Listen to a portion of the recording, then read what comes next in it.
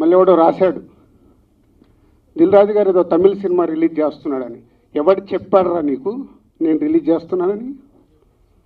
ఎవడు చెప్పాడు? నీ దగ్గర ప్రూఫ్ ఉందా నేను చేస్తున్నానని? ఉందా?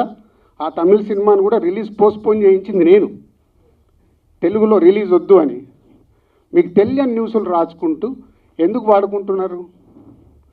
ఇందాక నేను అన్నానుగా, తాట తీస్తాను, ఈజీగా తీసుకోవద్దు. నా పైన ఏదైనా రాస్తే, తప్పుడు రాతలు రాస్తే, మీకు తెలియకుండా కాంట్రవర్షియల్ చేస్తే ఈ రోజు నుంచి నేను ఊరుకోను.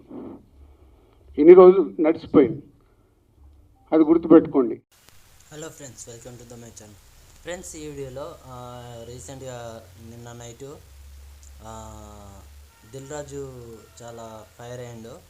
అయితే థియేటర్ విషయం అండ్ చిరంజీవికి అండ్ దిల్ రాజుకి మధ్య ఏదో గొడవ ఉందని ఏదో రెండు న్యూస్ ఛానల్స్ అవి ఆర్టికల్స్ రాశారట. దాని మీద నిన్న ప్రెస్ మీట్ పెట్టి వాళ్ళకు గట్టిగా కౌంటర్ ఇచ్చిండు.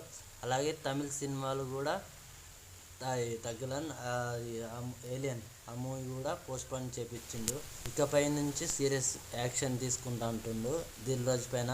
ఏమన్నా తప్పుడు ఆర్టికల్స్ రాయడం కానీ, తప్పుడు వార్తలు వేయడం కానీ, తప్పుడు వీడియోలు చేయడం కానీ వాళ్ళపైన కఠినంగా చర్యలు తీసుకుంటానని నిన్న ప్రెస్ మీట్లో చెప్పిండు.